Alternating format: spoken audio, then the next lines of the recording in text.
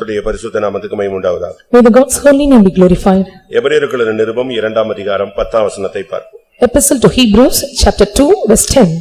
For it became him for whom are all things and by whom are all things, in bringing many songs unto glory, to make the captain of their salvation perfect through sufferings. ஏனென்றால் தமக்காகவும் தம்மாலேயும் சகலத்தையும் உண்டாக்கினவர் அநேகம் பிள்ளைகளை மகிமையில் கொண்டு வந்து சேர்க்கையில் அவர்களுடைய இரட்சிப்பின் அதிபதியை உபத்திரவங்களினாலே பூரணப்படுத்துகிறது அவருக்கு ஏற்றதாயிருந்தது. கர்த்தருடைய பரிசுத்த நாமத்துக்கு மகிமை உண்டாவதாக. May the God's holy name be glorified. இன்றைக்கு பைபிள் ஸ்டடி அதிபதி. And today's Bible study captain. வேதத்திலே பலவிதமான அதிபதிகளை குறித்து நாம் பார்க்கிறோம். So we can read about many centurions or captains in the scriptures. ஓரளவு இன்றைக்கு நாம் அதை சாதாரணமாக விளங்கிக் கொள்ள முற்படலாம். And let us all come forward to press on to little think about it. இயேசுவும் அதிபதி என்று அழைக்கப்படுகிறார். பிசாசும் கூட பல காரியங்களுக்கு அதிபதி என்று அழைக்கப்படுகிறார். And Jesus is also called as a captain and the devil is also called for many matters as a captain. நாமும் சில காரியங்களிலே அதிபதி என்று அழைக்கப்பட வேண்டும், மாற வேண்டியது அவசியம். Even we too have certain matters and we must be changed as a captain and we to be called like that. இந்த மூன்று விதத்திலே நாம் இன்றைக்கு சிந்திக்கலாம். So let us consider our Bible study in the three aspects. தேவனும் பல காரியங்களுக்கு அதிபதி என்று அழைக்கப்படுகிறார். Even God is also called in certain matters as a பிசாசும் பல captain. காரியங்களுக்கு அதிபதி என்று அழைக்கப்படுகிறான். And even the devil is also called as the captain. நாமும் சில காரியங்களுக்கு அதிபதிகளாக வாழ்ந்து காட்ட வேண்டியது அவசியம். It is needed for us and we also have to live as a captain in certain matters in our life. முதலாவது நாம் பிசாசை குறித்து நாம் பார்க்கலாம். First of all, let us all meditate about the devil. பிசாசை குறித்து நாம் வேதத்திலே பார்க்கும் பொழுது So when we read about the devil in the scriptures, எபிரேயர் 6ஆம் அதிகாரம் 12ஆம் வசனத்தை பார்க்கும் பொழுது Ephesians chapter 6 verse 12. எபிரேயர் 6:12 ஏனெனில் மாம்சத்தோடும் இரத்தத்தோடும் அல்ல துரைத்தனங்களோடும் அதிகாரங்களோடும் இப்பிரபஞ்சத்தின் அந்தகார லோகாதிபதிகளோடும் வானமண்டலங்களில் உள்ள பொல்லாத ஆவிகளின் சேனைகளோடும் நமக்கு போராட்டம் உண்டு. இங்கே நாம் பார்க்கும் பொழுது இப்பிரபஞ்சத்தின் அந்தகார லோகாதிபதி என்று அவன் அழைக்கப்படுகிறான். So when we read here, we can see and he is called as the rulers of the darkness of this world. இவனுடைய வேலை என்ன? சபையோடு போராடுவது. And what is his work? To strike hard with the church. ஒரு விசுவாசியோடு போராடுவது. To struggle with the believers. ஒரு அபிஷேகம் பெற்ற தேவனுடைய மனுஷனோடு போராடுவது. Or to struggle with the people of God and who is an anointed one. குறிப்பாக ஆவிக்குரிய ஜனங்களோடு போராடுவது. And pointly, he who strike hard with the spiritual ones. அதனாலதான் பவுல் அந்த இடத்துல பேசும் பொழுது நமக்கு போராட்டம் உண்டு என்று அவர் அதை சொல்லுகிறார். And so when this Paul is telling about this and he says that and we have wrestles over all these things. இவனுடைய கட்டுப்பாட்டில தான் இந்த முழு உலகமும் இருக்கிறது. So only under his control the whole world is vested on. அதனாலதான் இவன் சோதனைக்காரன் என்ற பெயரில் இயேசுவினிடத்தில் வந்த பொழுது இந்த உலகத்தின் மகிமை எனக்கு கொடுக்கப்பட்டிருக்கிறது, நீர் என்னை விழுந்து சாஷ்டாங்கமாய் பணிந்து கொண்டால் அது உமக்கு தருவேன் என்று அவன் சொல்லுகிறார். And so while he was speaking unto Jesus as a tempter, he came forward, he said that and all the ruling of this world is given unto me, if you fall face to the ground and bow and worship and everything will be rendered unto you. இவனுடைய கான்செப்டே போராடுவதுதான். And his concept is to wrestle. தேவனுடைய ஜனங்களோடு ஏதாவது ஒரு விதத்தில் போராட வேண்டும். And to wrestle with the people God in some other aspects. ஒன்று மாம்சத்தோடு போராடுவது. To work against them with the flesh. இல்லாவிட்டால் மனதில் போராடுவது. Or by working with the mind.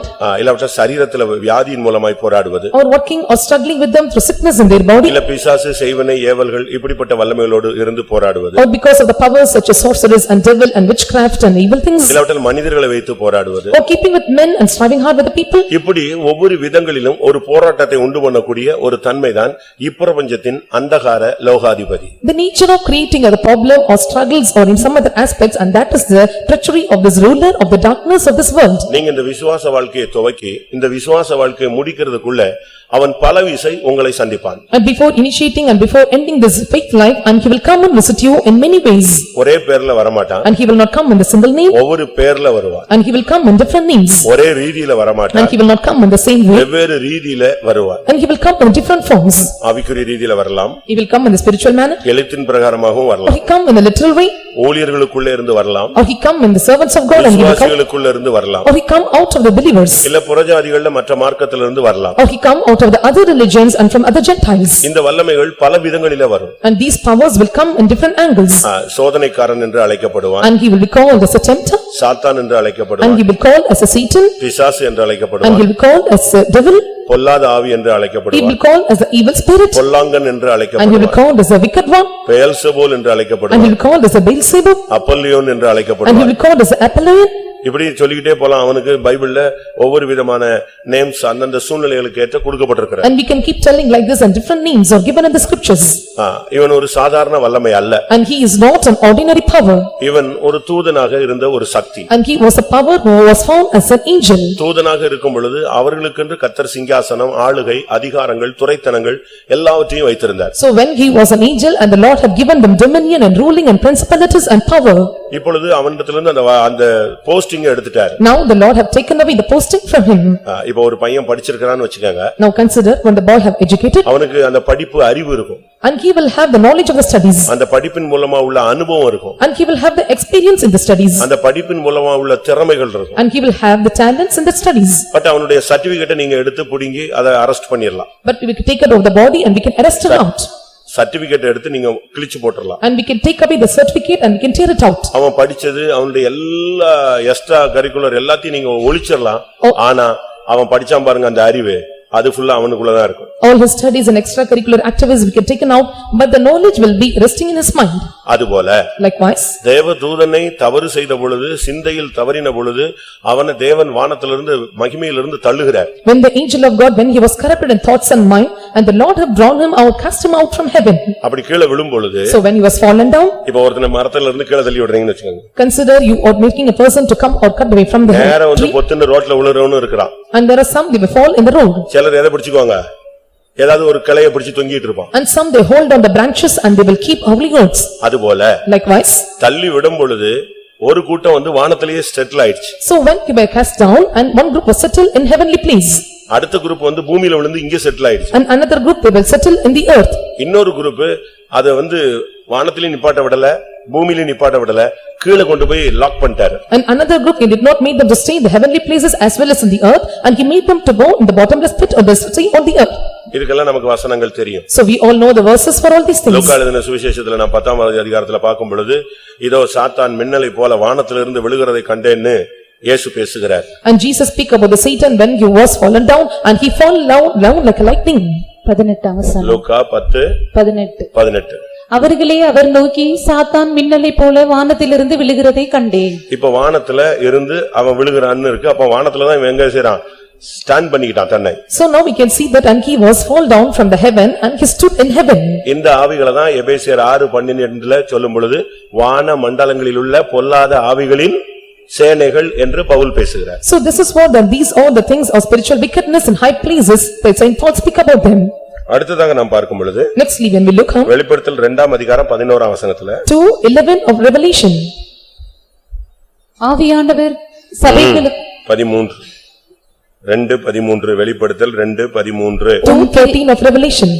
உன் கிரியைகளையும் சாத்தானுடைய சிங்காசனம் இருக்கிற இடத்தில் நீ குடியிருக்கிறதையும் நீ என் நாமத்தை பற்றிக் கொண்டிருக்கிறதையும் சாத்தான் குடிகொண்டிருக்கிற இடத்திலே சாத்தான் குடிகொண்டிருக்கிற இடத்துல ஒரு கூட்டம் ஜனங்கள் இருக்கிறாங்க. இது பூமியில நடக்கிற சம்பவம். And one group of people were dwelling with there, where Satan dwelleth, and this is the incident that happened on the earth. ஆனா இன்னும் இந்த தள்ளப்பட்ட தூதர்களே தீவிரவாத குரூப் இருக்கு, ரொம்ப மோசமான team. And so there are terrorist group and those who are found in the fallen angels. இதை என்ன பண்ணிட்டாரு? So what he did with them? யூதா 6ஆம் வசனம். Jude verse 6. தங்களுடைய ஆதி மேன்மையை காத்துக்கொள்ளாமல் தங்களுக்குரிய வாசஸ்தலத்தை விட்டுவிட்ட தூதர்களையும் மகா நாளின் நியாய தீர்ப்புக்கென்று நித்திய சங்கிலிகளினாலே கட்டி அந்தகாரத்தில் அடைத்து வைத்திருக்கிறார். இப்ப அடுத்த டீம் எங்க நிக்குது? உள்ள இருக்கு. So next team where they are resting and they are staying உள்ள inside. இருந்துட்டு இந்த வல்லமைகள் சபைக்கு விரோதமா எழும்பி வருது. And staying inside them and these powers are rising against the church. அதனாலதான் நான் இந்த கல்லின் மேல் என் சபையை கட்டுவேன், பாதாளத்தின் வாசல்கள் அதை என்ன செய்கிறது இல்ல, மேற்கொள்ளுகிறது இல்ல. வரும், டச் பண்ணி பாக்கும், ட்ரை பண்ணி பாக்கும், ஆனா சபையை மேற்கொள்ள முடியாது. I will build up this church upon the rock, and he said that and no purpose of the gates of hell can prevail over thee, and he will come, he will not touch and he will not come inside them. கர்த்தருடைய பரிசுத்த நாமத்துக்கு மகிமை உண்டாவதாக. May the God's holy name be glorified. இந்த வல்லமைகள் இன்றைக்கு பூமியை பகிர்ந்து கொண்டு விட்டது. And these powers and have segregated on this earth. இந்த அந்தகார லோகாதிபதிகள் இந்த பூமியை தங்களுக்குள்ள share பண்ணிக்கிடுச்சு. And these rulers of the darkness and they have shared their part in the earth. இப்ப வேலூர் அப்படின்னா வேலூருக்கு ஒரு ஸ்பிரிட் இருக்கு. அது எங்க இருக்குன்னு நமக்கு தெரியாது. ஒன்னு இருக்கு. அது கரெக்ட்டா அந்த வேலையை செஞ்சுக்கிட்டே இருக்கும். If you say Velur and there is a spirit for Velur and we do know where it is resting but it is performing the work at right time. இப்ப வேலூர்ல ஒரு சின்ன கிராமம் இருக்கு. So consider there is a small village in Velur. அது பிசாசின் தூதர்கள்னு ஒரு கூட்டம் அங்க இருக்கு. So one group of angels of Satan are found in the group. பிசாசு இருக்கு. பிசாசுக்கு யார் உண்டு? பிசாசு உண்டு. பிசாசுக்கு யார் உண்டு? தூதர்கள் உண்டு. மத்தேயு எழுதின சுவிசேஷம் 25 அதிகாரத்துல நீங்க இத பார்க்க And முடியும். Satan is there and the group of the Satan is also found there and we can see this incident in book of Matthew chapter 25. 25:41. அப்பொழுது இடது பக்கத்தில் நிற்பவர்களை பார்த்து அவர், சபிக்கப்பட்டவர்களே, என்னை விட்டு பிசாசுக்காகவும் அவன் தூதர்களுக்காகவும் ஆயத்தம் பண்ணப்பட்டிருக்கிற நித்திய அக்கினியிலே போங்கள். அப்ப பிசாசு உண்டு, அவனுடைய தூதர்கள் உண்டு. அதனாலதான் ஒரு அப்ராக்சிமேட்டா கணக்கு சொல்றாங்க. விழுந்து போன தேவதூதருடைய கணக்கு 30 கோடின்னு சொல்றான். நம்ம இந்துக்கள் சொல்றாங்க இல்லையா, இதத்தான் கரெக்டா சொல்றான். So they are telling that in those they are calculating and there were 30 crores of the fallen angels and were fall down from heaven. இந்த வல்லமைகள் இந்த பூமியை பிரித்து கொண்டது. So these powers have shared over this earth. இப்ப வேலூர் எடுத்துக்கிட்டீங்கன்னா ஒரு head இருக்கும், மத்ததெல்லாம் branch. So when you consider Velur and there will be head and others are branches. நான் பயங்காட்டறேன்னு சொல்லிர கூடாது, ஏதோ ஒரு கதை சொல்றேன்னு நீங்க எடுத்துற கூடாது. And don't think that I am threatening you or telling some stories. எல்லா வசனத்தோட தான் நான் பேசிட்டே வருவேன். I am speaking everything with the proof of the word of God. தானியேல் 10ஆம் அதிகாரம் 13ஆம் வசனத்தை நீங்க பாக்கும்போது, When we look into Daniel chapter 10 verse 13, தானியேல் ஒரு காரியத்துக்காக 21 நாள் போராடிக் கொண்டே இருக்கிறார். and Daniel for certain matters and he was striving God for 21 days. But பதில் வந்து பரலோகத்துல இருந்து கிளம்பிருச்சு. பட் என்ன செய்யல, போஸ்ட் வந்து யாருக்கு கிடைக்கல, பர்టిక్యులர் ஆளுக்கு கிடைக்கல. The answer proceeded from heaven but it did not reach to the particular person. இவன் நம்மள மாதிரி ஆள் கிடையாது. And he is not ordinary like us. கிடைச்சா கிடைக்குது, பதில் கிடைச்சா கிடைக்காது, கிடைக்காட்ட போகுது, சோத்திரம் என் ஆத்துமாவே கர்த்தரை ஸ்தோத்திரிலாம் போட மாட்டான்.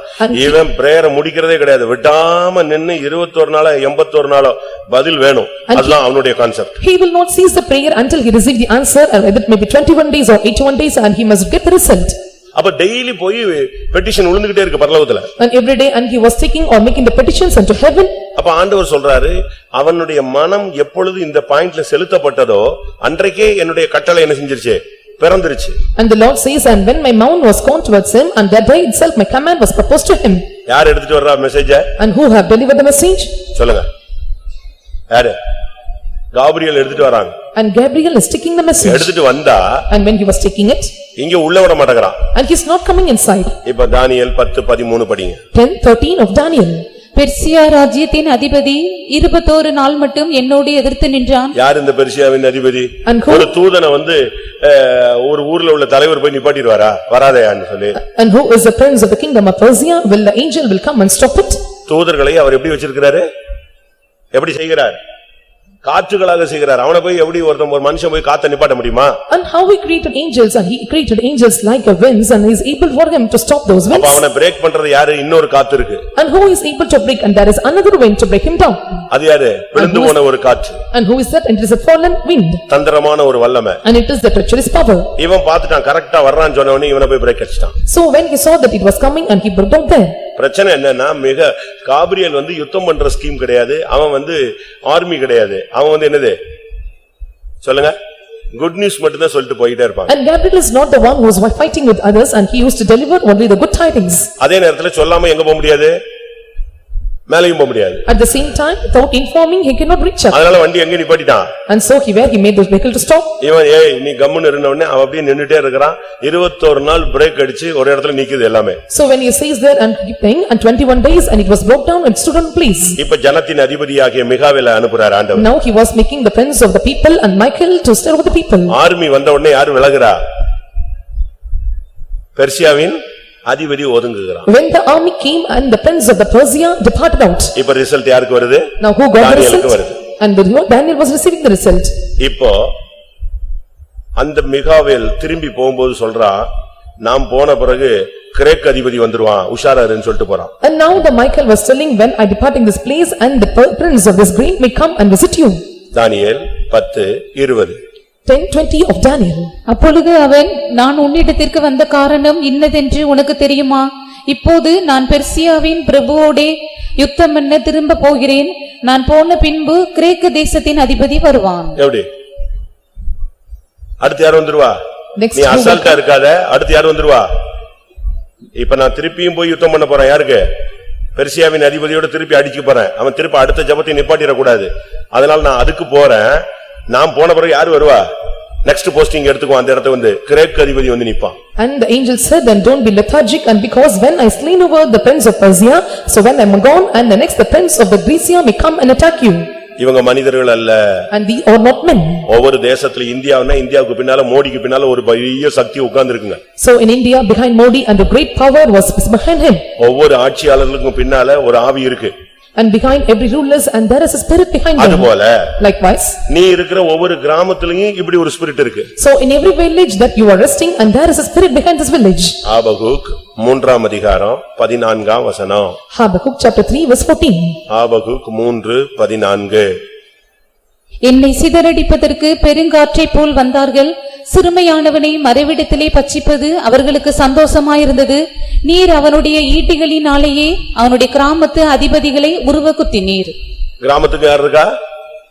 ஒரு சின்ன captain உட்கார்ந்திருக்கான். So who is there in the village and there is a small captain. இந்த கிராமங்களுக்கு எல்லாம் போனீங்கன்னா மண் குதிரை நிக்கும். வாசல்ல சும்மா கத்தியும் கபடாவும் வச்சிட்டு கழுத்து இல்லாம கழுத்தோட எல்லாம் சுத்தி நிப்பாங்க. இவங்க எல்லாருமே என்ன ஸ்பிரிட்? அந்தந்த கிராமத்தை கண்ட்ரோல் பண்ற ஒரு வல்லமை. So when you go to every village and there will be the horse which is made of the mud and will be having the knife in his hands, these are the powers to attack or rule over the village. அதனால உங்க ஜெபத்துக்கு பதில் வரலன்னா நீங்க பயப்படாதீங்க. அது result answer granted. ஆனா but பிரச்சனை எங்க இருக்கு? இடையில தான் இருக்கு. அதத்தான் நீ எதிர்த்து போராடி ஜெயிக்கணும். If you receive not answers for the prayers and you don't want to fear or worry about it and you have the straight heart and the answers have received for all your prayers. சரி, இந்த உலகத்தின் இந்த அதிபதியினுடைய இன்னொரு பெயர் உலகத்தின் அதிபதி. So what is the other name for this prince or captain? And he is the prince of this world. சபையை சந்திக்கும்போது அவன் இப்பிரபஞ்சத்தின் அந்தகார லோகாதிபதிங்கிற ஒரு நியூ நேம்ல உள்ள வரான். So when he was visiting the church and he was coming in the name of the rulers of the darkness of this world. ஆனா இயேசுவை சந்திக்கும்போது உலகத்தின் அதிபதின்னு டைரக்டா வர்றான். So when he was visiting Jesus and he named the name of the prince of the world. டைரக்டா வர்றது நமக்கு எல்லாருக்கும் தெரியும். யோவான் 14:30. 14:30 of John. இனி நான் உங்களுடனே அதிகமாய் பேசுவதில்லை. இந்த உலகத்தின் அதிபதி வருகிறான், அவனுக்கு என்னிடத்தில் ஒன்றுமில்லை. இதுதான் இயேசு சொல்றாரு. டைரக்டா என்கிட்ட வர்றான், உலகத்தின் அதிபதியே வர்றான். And here Jesus said that, and the prince of the world cometh near to me. நான் இத குறித்து உங்களுக்கு ஒரு 4-5 வாரத்துக்கு முன்னால பேசணும்னு நினைக்கிறேன். So I hope that I have spoke this matter before 4 or 5 weeks. அப்ப இந்த உலகத்தின் அதிபதியுடைய வேலை என்ன? So what is the work of this prince of the world? இவன் வந்து ரொம்ப எல்லாம் சண்டெல்லாம் போடுறது இல்லங்க. So he will come never and he will not fight with others. அவன் வரும்போது அவனுடையது ஒன்னிடத்துல இருக்கான்னு செக் பண்ணுவான். So when he comes and you must check whether the things of him is found in you. இப்ப செக் போஸ்ட்ல நிப்பாட்டுவாங்க. பிரச்சனை இல்லன்னா நம்மள விட்டுருவான். இல்லன்னு சொன்னா மொத்தத்தையும் கலத்தி திறந்து காட்டுமா. And they will stop you on check post if there nothing is there and they will leave you if there something is found in you and will make you to show everything openly. நான் மதுரை ஏர்போர்ட்ல வந்தபோது So when I came to Madurai airport கிக்கின்னு கத்தி பிடிச்சு. and so there were just one noise of it. அந்த metal டிடெக்டர்ல ஒரு sound கொடுத்துருச்சுங்க. So the metal circling and that made a sound. யாரோ அங்க இலங்கையில உள்ள ஒரு விசுவாசி வந்து இவ்வளவு பெல்ட் கொடுத்தான், பிரதர்ஸ் கட்டுற பெல்ட்னு சொல்லி. அதுல ஒரு பொக்கிள்ஸ் இருக்கு பாருங்க. நான் சும்மா பக்காவா பேக் பண்ணிட்டு வந்தேன். இது கேக்குனுச்சு, உடைச்சு திறந்து காட்டவே காட்டணும்ட்டான். So I got the buckles and belt of the buckles and it was making a sound and he said that you must open and show it to us. ஒரு மெட்டல் டிடெக்டர் ஒரு சாதாரண இரும்புக்கு இந்த அடி அடிச்சதுன்னா பிசாசு வச்சிருக்கிற மெட்டல் டிடெக்டர் என்னெல்லாம் அடிக்கும்னு தெரியல. So the normal metal detector it was able to check out all these things and the metal detector the devil is having and how will make of check over it. உலகத்தின் அதிபதி வருவான். And the prince of the world may come and attack us. அவன் பாப்பான் வேஷம் இருக்கா? And he will check whether there is disguise. இந்த உலகத்தினுடைய fashion இருக்கா? And whether they have the fashion of this world. உலகத்தோட பேச்சு இருக்கா? And whether they have the communication of this world. உலகத்தோட Dress இருக்கா? And whether they have the garments of this world. உலகத்தினுடைய ஆடம்பரம் இருக்கா? And whether they have the pompousness of this world. இதெல்லாம் ஃபுல்லா செக் பண்ணிட்டே இருப்பான். And he will check over everything. அவனுடையது இல்லன்னு அவன் சொல்லணும், நீயும் சொல்லணும். And he must acknowledge that the things of the thing is not with him and you and he must answer about you. யோவான் 14:30 அவனை நோக்கி வந்த உடனே இயேசு சொன்னாரு, அவனுடையது என்னிடத்தில், அவனுக்கு என்னிடத்தில் ஒன்றுமே இல்ல. And 14:30 and the Lord said to him, and he hath nothing in me. என் முடியல அவன் என்னை குறை சொல்ல முடியாது. And he cannot accuse about my height. பார்வையில குறை சொல்ல And முடியாது. he cannot accuse in my N sight. பேச்சில அவனுக்கு உரிமை இல்ல. And there is no having climb mountains my நான் ஒரு peoples. அங்கி போட்டிருக்கேன், அதுல அவன் உரிமை பாராட்ட முடியாது. I have a robe and he cannot come and climb over it. நான் ஒரு மேல் வஸ்திரம் போட்டிருக்கேன், அதையும் அவன் உரிமை பாராட்ட முடியாது. I have a covering and he cannot come and take over it. ஏன்னா எல்லாமே மானம் காக்கப்பட அருமையான Dress. அதனால பிசாசுக்கு என்ன கிடையாது, அதுல உலகத்தின் அதிபதிக்கு குற்றம் சொல்ல இடம் இல்ல. And these are the modest dressed to keep away my nakedness, and so the prince of the world cannot come unto me and can accuse me. இப்ப நம்மள பார்த்தா என்ன சொல்லுவா? So looking unto us and what they may say us. உலகத்தின் அதிபதி வந்தா நம்மட்ட உலகத்தின் காரியம் இருக்குதா இல்லையான்னு கண்டுபிடிக்கிறதுக்கு வீட்டுக்கு போய் பைபிள் எடுத்துக்கிட்டு பைபிள்ல இங்கிலீஷையும் தமிழையும் தூக்கி வச்சுக்கிட்டு அழகா ஏசாயா 2 அதிகாரத்தையும் 3 அதிகாரத்தையும் அப்படியே வெரிஃபிகேஷன் பண்ணு. நீ போட்டிருக்கிற துப்பட்டா வரைக்கும் அந்த இப்பதான் துப்பட்டா இன்ட்ரோடியூஸ் ஆயிருக்குங்க 21 செஞ்சுரியில. ஆனா பைபிள் எழுதும் போதே துப்பட்டாலாம் எழுதிட்டான், எல்லாம் தெளிவா எழுதியிருக்கான். நீ போட்டிருக்க துப்பட்டா வரைக்கும் ஜட்ஜ்மெண்ட் இருக்குன்னு எழுதியிருக்கு. வீட்டுல போய் உட்கார்ந்து நல்லா படிச்சுப்பாரு. You go home and check whether you are having the things of the prince of this world, and Isaiah chapter 2 verse 3 you can verify both in the Tamil and English translation of the Bible, and you can verify and check whether all the garments even the shawl is covered upon you and you are modestly dressed upon. அவன் வசனத்தை வச்சுதான் நியாயம் தீர்ப்பான் உன்னையுமே. And he will keep the word of God and judge over you. ஏசாயா 2 அதிகாரத்தையும் 3 அதிகாரத்தையும் தூக்கிட்டு வந்துட்டு நேரா வருவான். சல்லா குல்லா மோதிரம் கண்ட கழுது எல்லாம் தெளிவா எழுதி வச்சிருக்கு. So you can see the chapter by 2 and 3 of Isaiah and all the bonnets and curls of the things, and his men of the Bible will come and check over you whether it is found in you. ஒரே ஒரு வசனம் 3:23 ஏசாயா மட்டும் வாசிங்க. 3:23 of Isaiah. கண்ணாடிகளையும் சல்லாக்களையும் குல்லாக்களையும் துப்பட்டாக்களையும் உரிந்து போடுவார். எல்லாம் வார list பாருங்க, எல்லாம் கிளியரா எழுதி வச்சிருக்கு. நீ வீட்டுல போய் உட்கார்ந்து இங்கிலீஷ்ல படிச்சுக்கோ, தமிழ்ல படிச்சுக்கோ, அப்ப புரிஞ்சுக்கோ. நீ போட்டிருக்கிற கண்ணாடி டிசைன் எல்லாத்துக்கும் மயிர் சுருள் சுருட்டி விடுறது ஹேர் இது டை கிய் எல்லா கேஸும் மொத்தமா அங்க வந்துருவான். And so you will check and see the verses which are both in Tamil and English translation, and all the glasses and everything which is mentioned whether it is found in you. அவன் வரும் பொழுது இயேசுவ மாதிரி நீ சொல்லணும், என்னிடத்துல ஒண்ணுமே இல்ல. When he cometh unto you like Jesus, you must reply, and there is nothing found in this being. எங்க இருந்தாலும் பிடிச்சிருவாங்க. So wherever he may be, and he will come and catch hold of you. தங்கத்தை கடத்துறவங்க தங்கத்தை விழுங்கிட்டு வராங்க. And they that are smuggling the gold, and they will swallow of the gold. ஆனா அதையும் கூட அது கண்டுபிடிச்சிருது வயித்துக்குள்ள ஏதோ இருக்குன்னு. And even in the Bible says that, and they will identify them. அதனால உன்னுடைய வாழ்க்கையில உலகத்தின் அதிபதியினுடைய எந்த ஒரு காரியம் இருந்தாலும் அவன் வச்சிருக்கிற மெட்டல் டிடெக்டர் நெஞ்சிரும் அடிச்சிடும், உன்னை இழுத்துருவான் வெளியே. In your life and whatever things considering the prince of the world found in you, the detector or the detector which is found in him, it will come and found for you. சரி, இயேசுவை குறித்து நாம் பார்க்கலாம். So now let us just about Jesus. இல்லாவிட்டால் நம்முடைய தேவனை குறித்து நாம் பார்க்கலாம். Or we can see about God. அவர் என்ன செய்கிறார் And what he do. முதலாவது எபிரேயர் 2:10 படி அவர் நம்முடைய ரட்சிப்பின் அதிபதியாக செயல்படுகிறார். And according to chapter 2 verse 10 of Hebrews, and he worketh as a captain of our salvation. நம்முடைய ரட்சிப்புக்காக தான் இந்த உலகத்துல வந்தார். So this world is for the salvation. பாவிகளை ரட்சிக்க கிறிஸ்து இயேசு உலகத்தில் வந்தார். And Jesus Christ the Savior came to this world to save the sinners. பாவத்திலிருந்து ரட்சிப்புனா என்ன? So from the sin, and what is the meaning of salvation? ஒரு கிறிஸ்தவனுடைய சரியான அடையாளம் முதலாவது பாவி என்று உணர்வது. And the right identification of the Christian is that he had to realize that he was a sinner. ஒரு சிலர்லாம் தப்பு செஞ்சுட்டு தப்பே பண்ணலான்றான். And some committing sins, they see that we don't commit sins. ஒரு கொலை கேஸ்ல ஒருத்தன் மாட்டி அவன் கொலை செஞ்சான், மாட்டினா, தப்பி கேரளால போய் செட்டில் ஆயிட்டான். So one person who committed murder and he was entangled in the murder case and he escaped and got over in Kerala. நல்லா சொல்ல போனா ஒரு சிபிஎம் விசுவாசியுடைய பழைய விசுவாசியுடைய பையன் இப்படி ஆயிட்டான். And he was the son of the old believer of CPM, and he was caught in this case. திருப்பி கொஞ்ச நாள் கழிச்சு வந்தான். After some time he returned back. அப்ப அவன் தம்பி என்னுடைய விசுவாசி. And his brother was my believer. அப்ப எங்க அண்ணனுக்கா ஜெபிங்கன்னு ஒரு நாள் கூட்டி வந்தான். And he said that you please pray for my brother, and he called him to me. நான் அவனுக்கு கொஞ்ச நேரம் சத்தியம் சொன்னேன். And for a while I said him the truths. நீங்கலாம் பழைய விசுவாசி பிள்ளைங்க, And நல்லா இருக்கணும். you are the sons of the old believer. அப்படினு சொல்லிட்டு ஏதாவது பாவங்கள் இருந்தா அறிக்கையிட்டு ஜெபிச்சா வாழ்க்கையில முன்னேற்றம் கிடைக்கும் அப்படினு சொல்றான். And saying that if you confess for sins and you will have the improvement in your life. அவன் சொல்றான், நான் இதுவரைக்கும் ஒரு பாவம் செஞ்சது இல்ல brother. And he said that till now I have never committed any sin. எனக்கு பக்குன்னு ஆயிடுச்சு, என்னடா இப்படி சொல்லிட்டான்னு அவன் தம்பியை பார்த்தேன். I was shocked hearing this thing. ஏன்னா தம்பி சொன்னா எங்க அண்ணன் கொலை செஞ்சிருக்கான்னு, இப்ப அண்ணன் சொல்றான் நான் ஒரு பாவமும் செய்யல பாஸ்டர் அப்படின்னு ரொம்ப பிரதர் ரொம்ப தும்பா சொல்றான். And because the brother said that and he committed a murder, but the brother was telling that I did not commit any sins. நான் அவன் தம்பியை பார்த்த உடனே, So looking unto his young brother, அவன் தம்பி சொன்னா நான் எல்லாத்தையும் ஏற்கனவே சொல்லிட்டேன், நீ என்னத்த ஒண்ணு இல்லங்கற. நானு சாரி நான் தான் பண்ணேன். And the younger brother said, I have said every matter to pastor, and so he immediately accepted that I have committed the mistake. அதாவது अनेகருக்கு பாவத்தை உணரக்கூடிய சக்தி இல்ல. So many are not having the realization power to think about their sins. ரட்சிப்பின் அதிபதியினுடைய முதல் வேலையே பாவத்தை உணர்த்துவது. The first work of the captain of the salvation is to induce or instinct about the முதலாவது sins. அவன் பாவி என்று உணரணும். And first he must realize that he is a sinner. இரண்டாவது Secondly, பாவத்தை விடணும்னு முடிவெடுக்கணும். and he must take decision to take away or remove the sins. அதுக்கு தான் ஞானஸ்நானம். And that is what's the baptism. மூன்றாவது பாவம் செய்யாம இருக்கிறதுக்கு தேவன்கிட்ட கிருபையை வாங்கணும். அதுதான் பரிசுத்த ஆவி. Thirdly, and the resist for Holy Spirit is and they must surrender themselves that I will not commit sin anymore. இந்த மூணு நடந்தாதான் ஒரிஜினல் ரட்சிப்பு. When these three take place and that is the true salvation. இப்ப தண்ணி அடிக்கிறவன் கூட நான் தப்பன்ட்டேங்கிறான். அது ரட்சிப்பு அல்ல, அது பூர்ண ரட்சிப்பு அல்ல. அவன் திருப்பி அடுத்த நாள் சாயங்காலம் போய் அதை தான் குடிச்சிட்டு வரான். And he who is drinking and says that and I have committed sin and that is not the perfect salvation or next evening he continue the same mistake. அப்ப சிலுவையை பார்த்து அழுது அந்த ரட்சிப்பை சுதந்திரித்துக் கொள்ள அவன் ஞானஸ்நானம் எடுக்கணும். And looking into the cross and to inherit the salvation he must commit to the water of baptism. அது மாத்திரமல்ல, And not only இனி that, பாவம் இல்லாத வாழ்க்கை வாழ்றதுக்கு அவன் பரிசுத்த ஆவியை காத்திருந்து பெற்றுக்கொள்ளணும். and he must receive by reading and tearing the Holy Spirit and to refrain from the sinful life.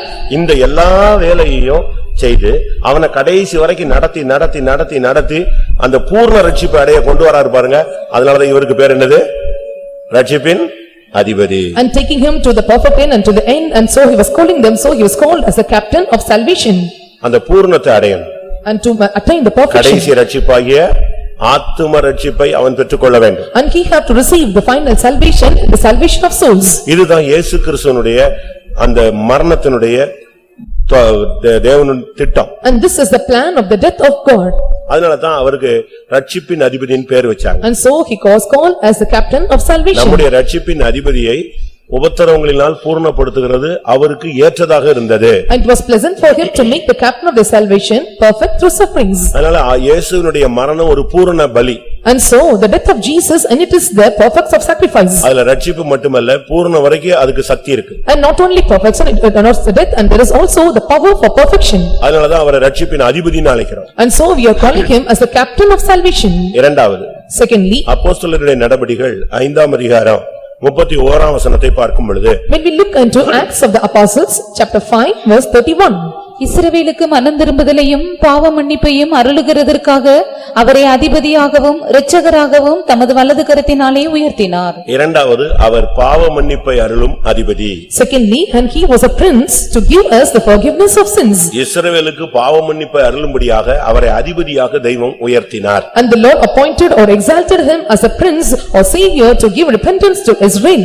பாவங்களை மன்னிக்க மனிதகுமாரனுக்கு மட்டுமே அதிகாரம் இருக்கிறது. And only the Son of Man is having the power and authority to forgive the sins. அதனால பாவத்தை மன்னிக்கிறதுக்காகத்தான் அவர் தன்னுடைய சொந்த இரத்தத்தினாலே பாவ மன்னிப்பாகிய மீட்பை உண்டு பண்ணினார் என்று சொல்லி இருக்கிறது. And so it is said that to forgive the sins and through his own blood and he made the redemption of sins. அதனால இந்த மன்னிப்புங்கிறதை நம்ம சரியா பெற்றுக்கணும். So we have to use the forgiveness in a right manner. இந்த மன்னிப்பு ஒரு மனுஷனுக்கு சரியா கிடைச்சிருச்சுன்னா அவனுக்கு விடுதலையின் ஜீவியம் நிச்சயமாய் சாத்தியம். When a person perfectly receives this forgiveness and it is possible for him for the life of deliverance.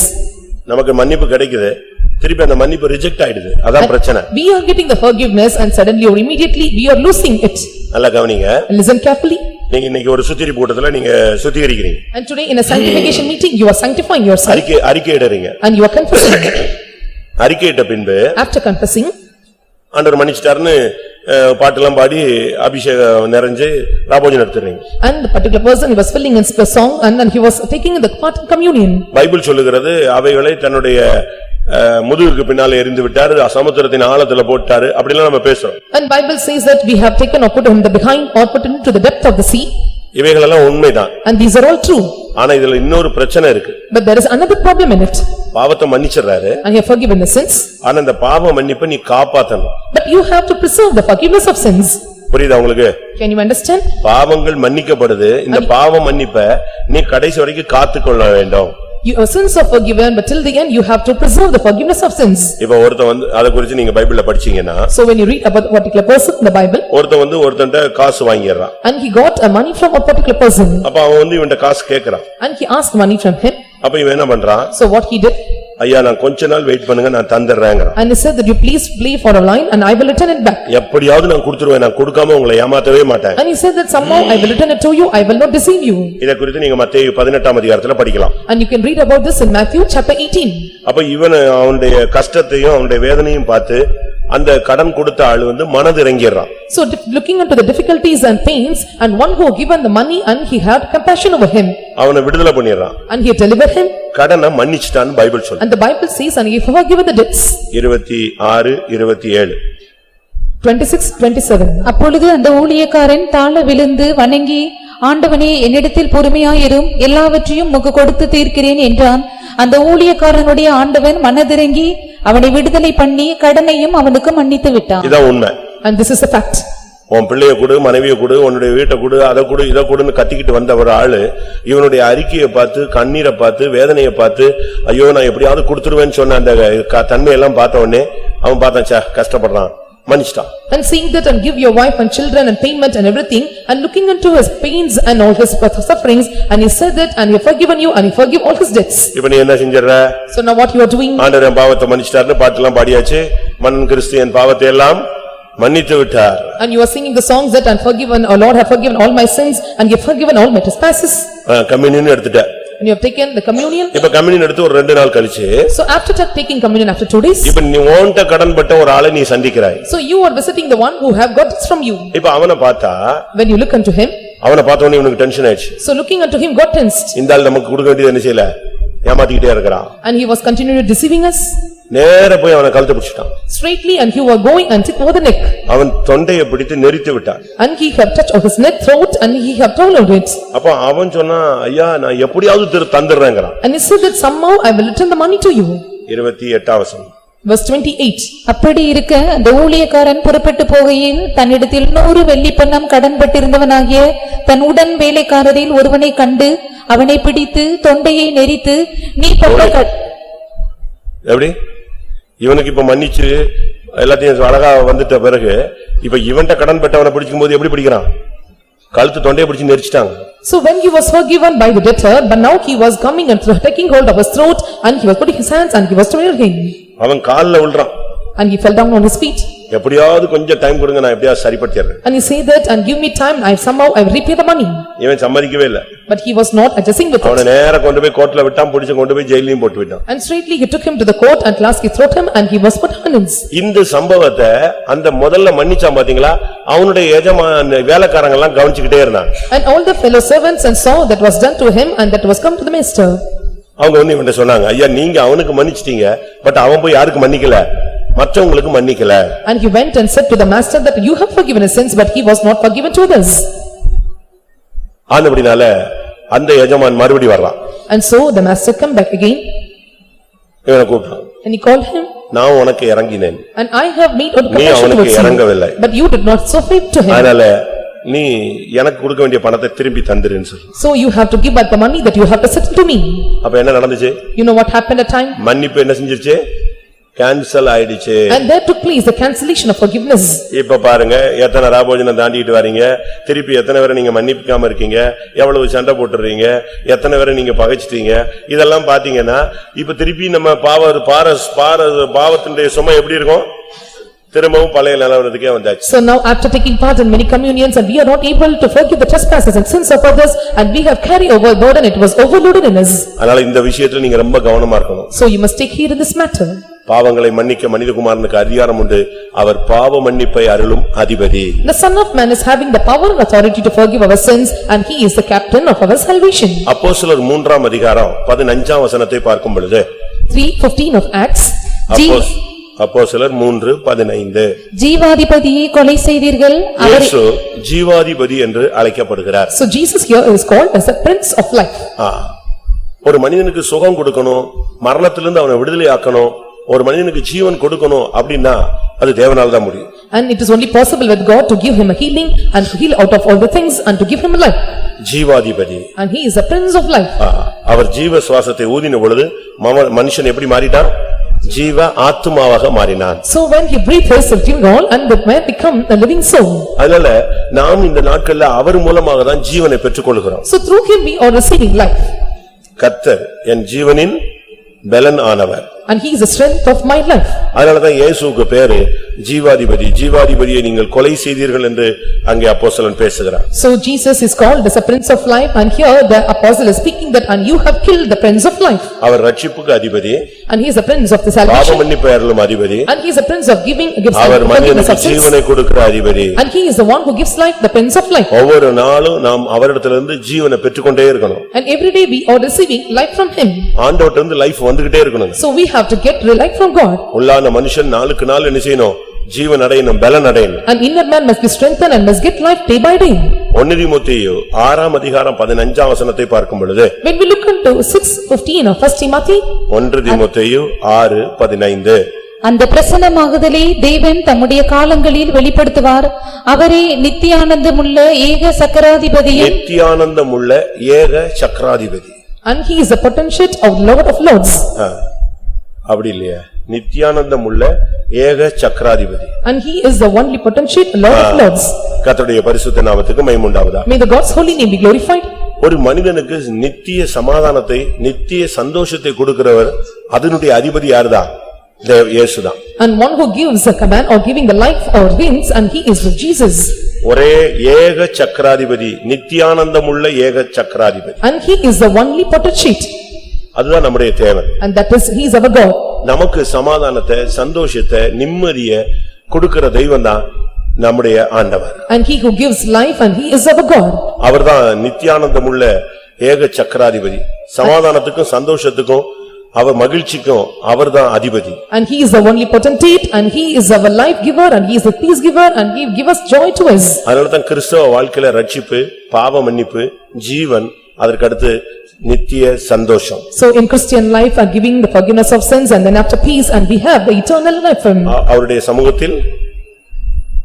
சமூகத்தில் சொல்லுங்க, அந்த வசனம் தெரியாதா? சங்கீதத்துல எங்க இருக்கு? அவருடைய சமூகத்தில் பரிபூர்ண ஆனந்தமும் நித்திய 16:11. ஜீவ மார்க்கத்தை எனக்கு தெரியப்படுத்துவீர். உம்முடைய சமூகத்தில் பரிபூரண ஆனந்தமும் உம்முடைய வலது பார்சத்தில் நித்திய பேரின்பமும் உண்டு. அவருடைய சமூகத்துல பரிபூர்ண ஆனந்தம். And we have the fullness of joy in his presence. நித்தியமான ஆனந்தம் ஆண்டவருடைய, அவர்தான் அதுக்கு அதிபதியாக இருக்கு. And we have the pleasures forevermore, and he will be the captain for it. அதனால தேவனை நீங்கள் பல விதங்கள்ல அனுமதிக்கலாம். So we have to experience God in diverse ways. அவர்தான் அதிபதி. And he is our captain.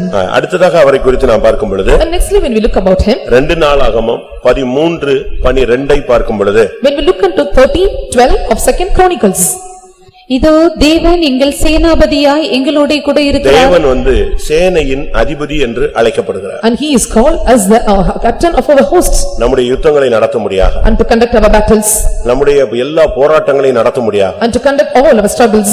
ஒரு நாள் அல்ல, 2 நாள் அல்ல, வாழ்நாளிலே எந்தெந்த நேரங்களில் யுத்தம் வருதோ அந்த இடத்துல எல்லாம் யார் நிப்பா? அவங்க சொல்றாங்க, எங்கள் சேனாபதியாக கர்த்தர் இருக்கிறார். So as a captain of our host, and he is before us, and to conduct all our battles throughout our life. பழைய ஏற்பாட்டிலும் புதிய ஏற்பாட்டிலும் எத்தனையோ யுத்தங்கள் நடந்தது நமக்கு எல்லாருக்கும் தெரியும். And we all know that in Old Testament as well as in New Testament, and many battles were conducted. புதிய ஏற்பாடு முழுவதும் ஆவிக்குரிய போராட்டங்களை யுத்தங்களை வர்ணிக்கிறது. And throughout the New Testament, and he was taking or he was repeating over the spiritual wars. பழைய ஏற்பாடு முழுவதும் எழுத்தின் பிரகாரமான யுத்தங்கள். And Old Testament fully, and it was a literal wars. புதிய ஏற்பாட்டில் வரும் பொழுது, when we come to the New Testament, எங்களுடைய போராயுதங்கள் மாம்சத்துக்குரியவைகள் அல்ல, அவைகள் அரண்களை நிர்மூலமாக்கத்தக்க தேவ பலமுள்ளவைகள் என்று பவுல் பேசுகிறார். So Saint Paul is telling that our strongholds it is of not warfare, and it is of the things to make away of the outside things. யோசுவா ஒரு இடத்துல நிக்கும்போது, so when Joshua stood in one place, திடீர்னு ஒரு ஆள் வந்து நின்னார். and one came to saints, ஒரு உருவின பட்டயத்தோட ஒருத்தன் வந்து நின்னான். and he stood there with a drawn sword. யோசுவாவுக்கு ஒண்ணும் புரியல. And Joshua could not contain anything. இவனை எங்கே நம்ம பார்த்தது இல்லையே. So we have never seen him any place. டிஃபரண்டான Dress. And so comes in different garments. டிஃபரண்டான ஒரு போஸ்ல. And he is having the different pose. எப்படி இவ யாரு? And who is this person? கையில ஒரு பெரிய பட்டயத்தோட நிக்கறானே. And he was standing with a great drawn sword in his hands. நம்மால எதிரியாளா? So it is our people or an opposite. இப்படி ஒரு doubt அவனுக்கு வந்துருச்சு. So he got into such a doubt. நேரா போனா. And he went straightly. நீங்கள் எங்களை சேர்ந்தவரோ இல்லாவிட்டால் சத்துருக்களை சேர்ந்தவரோன்னு கேட்டான். And he asked him, do you belong to us or do you belong to the enemies? யோசுவா 5 அதிகாரம் 14 வசனம். 5:14 of Joshua. அதற்கு அவர், அல்ல, நான் கர்த்தருடைய சேனையின் அதிபதியாய் இப்பொழுது வந்தேன் என்றார். அதுக்கு முந்தின வசனம். பின்னும் யோசுவா எரிகோவின் வெளியிலிருந்து தன் கண்களை ஏறெடுத்து பார்க்கும்போது, இதோ ஒருவர் அவனுக்கு எதிரே நின்றார். உருவின பட்டயம் அவர் கையில் இருந்தது. யோசுவா அவரிடத்தில் போய் நீர் எங்களை சேர்ந்தவரோ எங்கள் சத்துருக்களை சேர்ந்தவரோ என்று கேட்டான். அதற்கு அவர், அல்ல, நான் கர்த்தருடைய சேனையின் அதிபதியாய் இப்பொழுது நான் எப்படி வந்திருக்கிறேன்? நான் இப்ப யாரா வந்திருக்கிறேன்? உன்னை சேர்ந்தவனும் அல்ல, நான் யாரு சேர்ந்தவனும் அல்ல, நான் சத்துருவை சேர்ந்தவன் இல்ல, மேல இருந்து இறங்கி வந்திருக்கிறாங்க. கர்த்தருடைய சேனையின் அதிபதியாய் வந்து நிற்கிறேன் அப்படினா. And he says that I belong not to you and to the adversaries, and I came down from heaven as the captain of the host. போய் செருப்பு கழட்டு. So you have to remove your clothes. நீ நிக்கிற இடம் எப்படிப்பட்டது? பரிசுத்த பூமி. செருப்பு கழட்டுன்னு சொல். And loose thy foot from your sin, and this is a place where you are standing in sanctuary. And you have to lose thy shoe. அப்பதான் மூங்க அப்புறம் பொத்துன்னு விழுந்துட்டான். So only then he fell down from heaven. கர்த்தர் நம்முடைய சேனையின் அதிபதி. Our God is a captain of hosts. உங்களுடைய வாழ்க்கையில யுத்தங்களை கண்டு நீங்க பயப்படாதீங்க. So you should not fear about the battlefield in your life. யுத்தம் உங்களுடையதல்ல, யுத்தம் தேவனுடையது. ஜெயம் மட்டும்தான் யாருடையது? நம்முடையது. And the battle belongs to God, only victory belongs to us. பாருங்க, தெய்வம் வந்து என்னெல்லாம் டெக்னிக்கலா பண்றாரு தெரியுமா? And see how the Lord moves technically. நேத்து ஒரு பிள்ளை சொன்னா, Yesterday a girl said to me, ஒரு இடத்துல டிராவல் பண்ணிட்டு இருந்தா, and she was going under some problems. அந்த பஸ்ல ஏறும்போது, when she was boarding in the bus, எப்பவுமே கேர்ள்ஸ் வந்து ஒரு குறிக்கப்பட்ட இடத்துல உட்கார வைப்பாங்க. So they will make the girls to sit in particular place. But அதுக்கு முன்னால எல்லாரும் ஏறிட்டாங்க. And before that all were boarded in the bus. இவளை கொண்டு போய் எங்க உட்கார வச்சான்? கடைசி சீட்ல ஒரு ஓரத்துல ஒரு சீட் இருக்கு, வேணா வான்னு சொல்லி ஏத்தி விட்டான். And they made her to sit near the door gate and at the back seat. திடீர்னு பார்த்தா அந்த வண்டி ஆக்சிடென்ட் ஆயிடுச்சு. And suddenly when you see and the bus caught in an accident. இந்த பிள்ளை உட்கார வேண்டிய இடத்துல உட்கார்ந்திருந்த பையன் வந்து அடிச்சு முகம் எல்லாம் கிழிஞ்சு போயிடுச்சு. And the place where the girls might have to sit and its boy was sitting there and he was completely torn and wounded heavily. அப்ப நான் அந்த பிள்ளைகிட்ட நேத்து பேசினேன். So I spoke to the girl yesterday. அப்ப அவனுக்கு எப்படி அப்ப அவ சொன்னா, ஆண்டவர் வந்து ரொம்ப செல்ஃபிஷ் பாஸ்டர் அப்படின்னு. And he said to me, and God is so selfish. புரியுதா உங்களுக்கு? Can you understand? ஆண்டவர் வந்து ரொம்ப செல்ஃபிஷா இருக்கிறாரு. கரெக்ட்டா என்னைய காப்பாத்துறதுக்குன்னு எவனைய கொண்டு வந்து அந்த சீட்ல உட்கார வச்சு என்னைய கொண்டு எங்க விட்டாரு? கடைசில உட்கார வச்சு அவனை அடிச்சு நொறுக்கிட்டு கரெக்ட்டா என்னைய மட்டும் பாதுகாத்துட்டாரு. ஆண்டவர் பாருங்க, தாம் பிள்ளைன்னா என்ன செய்யறாரு? ரொம்ப செல்ஃபிஷா இருக்கிறாரு. And God is very selfish to their own child, and he made him to sit in the back seat, and one was sit in the board and he was heavily wounded. அதுபோல Likewise, சர்ப்பத்தை தலைய நசுக்கிட்டு தான் ஓண்ட கொண்டு வந்து விடுறாரு. யார? சிலுவையில அவனுடைய தலையை நசுக்கிட்டு யார கொண்டு வந்து விடுறாரு? பாம்பை கொண்டு வந்து ஓண்ட விடுறாரு. நீ வாழை பார்த்தாலே நிக்க மாட்டேங்கிறியா? பல்லிய பார்த்தாலே நிக்க மாட்டான். trampling over the head of the Satan on the cross, and he made him to give or deliver your hands, and some they looking even into the lizards and they fear of. அப்படிதானே? நீங்க முதலாவது தெய்வம் அந்த சர்ப்பத்தின் தலையை நசுக்கி இருக்கிறாரு. வாளைத்தான் ஆட்டிட்டு இருப்பான். நீ வாளை அடிச்சு கொளுத்த வேண்டியது உன்னுடைய வேலை. And firstly the Lord have bruised the head of the serpent, and now it is your duty to crush over the tail of the serpent. இன்னும் கொஞ்சம் நீ தைரியமா இருந்தீனா, if you are so bold, சமாதானத்தின் தேவன் சாத்தானை மறுபடியும் உங்கள் கால்களின் கீழ கூட அதை நசுக்கி காட்டுவார். And the God of peace and come and trample over the Satan under your foot. இந்த பூனை என்ன பண்ணும்? And now what the cat is? உயிரோடு எலிய பிடிச்சு கொண்டு வந்து கொடுக்காது. ஒரு கடி கடிச்சு அந்த எலிய பாதி உயிரை எடுத்துரும். It will not bring the rat alive, and it will make a little bit a bite, and then after it will make you to come away. குற்றுயிரா கொண்டு வந்து இந்த சின்ன பூனை குட்டிட்ட கொடுக்கும். It brings half dead and will give to the young ones. என்ன நல்லா கொண்டு வந்து விட்டா அது ஓடியே விடுமே? Because it was brought in a better way, it may run away. அதுபோல Likewise, தேவன் சர்ப்பத்தின் தலையை நசுக்கிட்டு தான் உன்கிட்ட வந்து கொடுக்கிறாரு. நீ வாளை துண்டு துண்டா வெட்டி கொளுத்தணும், அதான் உன்னுடைய வேலை. And the Lord bruised the head of the serpent and was delivered in your hands, and you have to cut off the tail, and that is your duty. அவருடைய பேர் என்ன? And what is his name? என்ன பேரு? சேனையின் Athiban. And is called as a captain of hosts. அடுத்து ஆதியாகமம் 18ஆம் அதிகாரம் 25ஆம் வசனம். Nextly, chapter 18 verse 25 of Genesis. ஆதியாகமம் 18:25. துன்மார்க்கனுடைய நீதிமானையும் சங்கரிப்பது உமக்கு தூரமாய் இருப்பதாக, நீதிமானையும் துன்மார்க்கனையும் சமமாய் நடப்பிப்பது உமக்கு தூரமாய் இருப்பதாக, சர்வலோக நியாயாதிபதி நீதி செய்யாதிருப்பாரோ என்றார். அவருக்கு பேர் என்னது? சொல்லுங்க. நம்ம ஆராதிக்கிற தெய்வத்துக்கு என்ன பேரு? உனக்கு பிரச்சனை, உனக்கு இன்னொருத்தனுக்கு ப்ராப்ளம் அப்படின்னு சொன்னா நீ யார்கிட்ட போயிடலாம்? அவர் உனக்கு எப்படி காட்சி கொடுப்பாரு? சர்வலோக நியாயாதிபதியாய் வருவார். And what is the name of the Lord who worship, and when you are having or entangled in some problems, and he will be manifested as a judge of all the earth. பாவ போராட்டமா இருந்தால் உனக்கு ரட்சிப்பின் அதிபதியாய் வருவார். And if you have the struggles of sin, he come forth as the captain of your salvation. பாவ மன்னிப்பின் என்ற இடத்துல பாவ மன்னிப்பை அருளும் அதிபதியாய் வருவார். So the place where he ought to give you forgiveness, and he will come as a prince of forgiving you. உனக்கு வியாதி பலவீனமா இருந்து நீ போராடி கொண்டிருந்தால் உனக்கு ஜீவாதிபதியாய் வருவார். When you have sickness and when you have all these problems, and he will come as a prince of life to deliver you. துக்கம் வேதனை சஞ்சலம் தவிப்பு புலம்பல்ல இருந்தா உனக்கு நித்தியானந்தம் உள்ள அதிபதியாய் வருவார். When you have sorrows, when you have problems, when you have diverse kinds of sufferings, and he will come as the potentate. வாழ்க்கையில போராட்டங்களும் யுத்தங்களும் பின்னாலே வந்து கொண்டே முன்னும் வந்து கொண்டே இருந்தால் அவர் சேனையின் அதிபதியாய் வருவார். When the struggles, when the problems is coming after you like a battles, and he will come as a captain of course behind you. உனக்கு பிரச்சனைகள் வாதிட்டு உனக்கு உன்னோடு வழக்காடி பொறாமை போட்டிகள் பயங்கரமான எதிர்ப்புகளுக்குள்ள நீ போய் கொண்டிருந்தால் அவர் சர்வலோக நியாயாதிபதியாய் வந்து உன் நியாயத்தை பட்டப்பகலை போல வெளிச்சமாக்குவார். So when you are going through all kinds of problems and competitions and envious things and jealous over the people, and will come as the judge of all the earth, and he will come and judge over you. கர்த்தருடைய பரிசுத்த நாமத்துக்கு மகிமை உண்டாவதாக. May the God's holy name be glorified. நாம நினைக்கிறோம் மோடி ஆளுகை செய்கிறாரு அவருக்கு பின்னால ஆவி இருக்குன்னு. அந்த ஆவிக்கும் பின்னால ஒருத்தர் இருக்கிறார், அவர்தான் ஆண்டவர். அவர்தான் அவனையும் சேர்த்து கண்ட்ரோல் பண்றாரு. And we are thinking that and Modi is ruling over, and he the one spirit which is behind Modi, and the Lord is taking control over the spirit too. புரியுதா உங்களுக்கு? Can you understand? என்னதான் மோடி தலைகீழ dive அடிச்சாலும் permit மேல இருந்து என்ன செய்யணும்? வந்தாதான் அவ அங்க அசைய முடியும். And so whatever the Modi can perform his work by doing sit down, and only when the permit comes from above, and he can put forth the matters. அதனாலதான் வெளிப்படுத்தல் 1:5 சொல்லி இருக்கு அவர் பூமியின் ராஜாக்களுக்கு அதிபதி. So in 1:5 of Revelation it is said that, and he is the king of this rulers of this earth. வெளிப்படுத்தல் 1:5 1:5 of Revelation. உண்மையுள்ள சாட்சியும் மரித்தோரிலிருந்து முதற் பிறந்தவரும் பூமியின் ராஜாக்களுக்கு அதிபதியுமாகிய. எப்படி அவர் யாரு? பூமியில இருக்கிற எல்லா கிங்டம்ஸுக்கும் பின்னால ஆளுகை செய்யறவங்களுக்கு பின்னால யார்தான் அதிபதியா இருக்கிறது? யார்தான்? தெய்வம்தான். And who is the prince behind everyone that they are ruling over the kingdoms, and he is the Lord who is called as the prince of the kings of the earth.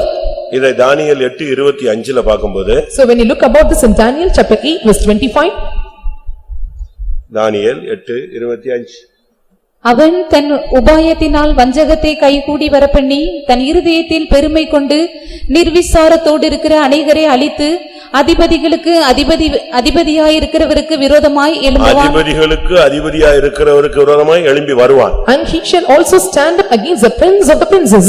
சரி, நாம் முதலாவது பிசாசு ஒரு அதிபதின்னு பார்த்தோம். And first of all we saw the devil as a prince. அவன் எப்படி இந்த உலகத்துல பிரிச்சுக்கிட்டு வேலை செய்யறான். And how quickly and he was working in this world. இயேசுட்ட எப்படி வந்தான். And how he came to Jesus. இதெல்லாம் முதல்ல பார்த்தோம். So these are the things we have seen first. இரண்டாவது தேவன் எப்படிப்பட்ட அதிபதி அப்படிங்கறத ஓரளவு பார்த்தோம். And secondly a little bit we have seen and how far and God is our captain. மூன்றாவது நாம் அவர் அதிபதி, அவர் அதிபதிகளுக்கு அதிபதி, நாம அவருக்கு கீழ இருந்து என்ன செய்யணும்?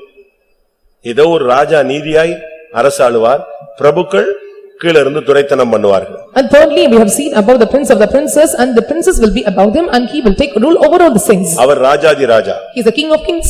நாம் அவருடைய இரத்தத்தினால் கழுவப்பட்டவர்கள் எல்லாம் யாரு?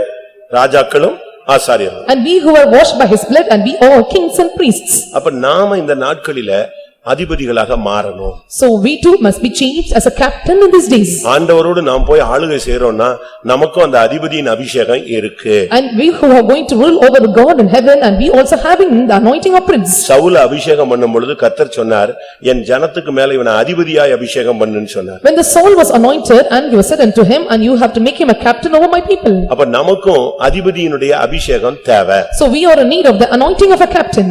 எவைகளிலே அதிபதிகளாக நாம் இருக்க வேண்டும். So in what are the things, and we must be the prince over the matters. 2 ராஜாக்கள் 20:5 பார்க்கும் பொழுது, When we look into 2 Kings chapter 20 verse 5, நீ திரும்பி போய் என் ஜனத்தின் அதிபதியாகிய எசேக்கியாவை நோக்கி. எசேக்கியாவை குறித்து சொல்லி இருக்கிறது என் ஜனத்தின் அதிபதி. it is said about King Hezekiah, and he was the prince of my people. தாவீதை குறித்து சொல்லி இருக்கிறது அவன் என் ஜனத்தின் அதிபதி. So it is said about David, and he is the captain of my people. சவுலை பத்தி சொல்லி இருக்கிறது என் ஜனத்தின் அதிபதி. It is said about Saul, and he is the captain of my people. அப்போ நாம் இந்த நாட்களில ஜனத்துக்காக அதிபதிகளாக நின்று நாம் செயல்பட வேண்டும். And we too must stand for the people, and we must act as a captain for our people. வாலிபர்கள் கூட அதிபதிகளாக மாற வேண்டும். And even the youths must be changed as a captain. ஏசாயா 3:4 ஏசாயா 3:4 3:4 of Isaiah. வாலிபரே அவர்களுக்கு அதிபதிகளாக தருவேன் என்கிறார். வாலிபர்களை அவர்களுக்கு அதிபதிகளாக தருவேன். I will give the youths or children to be their princes. வாலிபர்கள் இந்த நாட்களில தேவனுடைய அந்த ஊழியத்துல அதிபதிகளாக கர்த்தருடைய காரியங்கள்ல நீங்க வந்து நிக்கணும். And you too must come as a captain in all the matters of God. அந்நியர்களைப் போல இருக்க கூடாது. And you should not be like a stranger. நீங்க பாருங்க கட்சிகள்ல சினிமாக்கள்ல ஐயோ எவ்வளவு வாலிபர்கள் அழியறாங்க. In parties and cinemas we can see there are thousands of youths and were destroyed. போதையில எவ்வளவு பேர் அழியறாங்க தெரியுமா? You know many are destroyed in drugs. நம்முடைய வாலிபர்கள் இந்த நாட்கள்ல ஆவிக்குரிய ஜீவிதத்துல எழும்பி நிக்கணும். Our youths must stand in the spiritual matters. நல்ல அபிஷேகம் இருக்கணும். And they must have the fullest of anointing. சரியான அபிஷேகம் இருந்தா உன்னை விட மாட்டாரு. And if you have right anointing and he will never leave you. சரியான அபிஷேகம் இருந்துச்சுன்னா அது சாகர வரைக்கும் உன்னை விடாது. When you have right anointing until your death and the anointing will never depart you. நீங்க கொஞ்ச நேரம் அபிஷேகத்துல நிரம்பிட்டு அது பிறகு அப்படியே போயிட்டு அப்படியே ஜாலியா அப்படியே பாதி அப்படியே மாறி மாறி போறதுனால தான் உங்களுக்கு அது ஸ்டாண்ட் பண்ண முடியல. And just filling an anointing for a while and you are not able to stand because it is going right towards you. வாலிபர்களுக்கு நல்ல ஒரு அபிஷேகம் இருந்துச்சுன்னா சாகர வரைக்கும் அந்த அபிஷேகம் அவனை விட்டு வெளியே போகாது. If the youths are having the right anointing until the death and this anointing will never depart from them. யாத்திராகமம் 18ல பார்க்கும் பொழுது When we look into Exodus chapter 18 21ல திறமை உள்ளவர்களை அதிபதியாக மாற்றினார். and verse 21 and you have to make all the talented as the captains. என்ன திறமை? What talents? எவ்வளவு பேருக்கு அதிபதி? So for whom the 1000 பேருக்கு அதிபதி, 100 பேருக்கு அதிபதி, 500 பேர் இப்படி அதிபதிகளை அந்தந்த திறமைக்கு ஏத்தவரமா பிரிச்சாங்க. And for the captains for the thousands and for the rulers and according to the talents and they were separated. 18 21 18:21 of Exodus. ஜனங்கள் எல்லாருக்குள்ளும் தேவனுக்கு பயந்தவர்களும் உண்மை உள்ளவர்களும் பொருளாசையை வெறுக்கிறவர்களுமான திறமையுள்ள மனிதரை தெரிந்து கொண்டு எப்படி ஜனங்களில் உண்மை உள்ளவர்கள் தேவனுக்கு பயந்தவர்கள் பொருளாசையை வெறுக்கிறவர்களை நாம் அதிபதிகளாக வைக்கலாம் சொல்றார். And he said that and we can have the ruler over the people thus having the men of truth and having not covetousness and they can be pleased as rulers. வாசி அடுத்து வாசி. அவர்களை 1000 பேருக்கு அதிபதிகளாகவும் 100 பேருக்கு அதிபதிகளாகவும் 50 பேருக்கு அதிபதிகளாகவும் 10 பேருக்கு அதிபதிகளாகவும் ஏற்படுத்தும். யாருக்கு அதிபதி ஆகணும்னா என்ன தகுதி? So to become a ruler and what are the qualifications? உண்மை உள்ளவர்கள் and they that are faithful தேவனுக்கு பயந்தவர்கள் and they that are பொருளாசையை வெறுக்கிறவர்களுமாகிய திறமை உள்ளவர்கள் and having covetousness and these people those who are able men.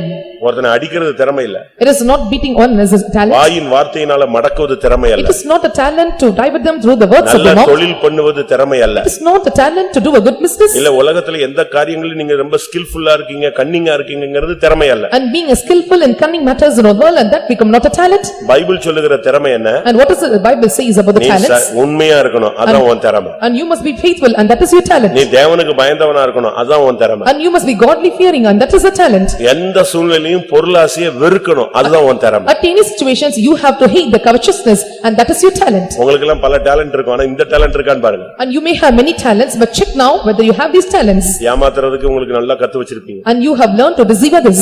பொய் பேச கத்து வச்சிருப்பீங்க. And you have learned to speak lies. இன்னும் என்னென்ன திறமை எல்லாம் உங்களுக்கு கலைகள் மாதிரி வச்சிருக்கீங்க. And you are having like an art of telling lies or doing many talents.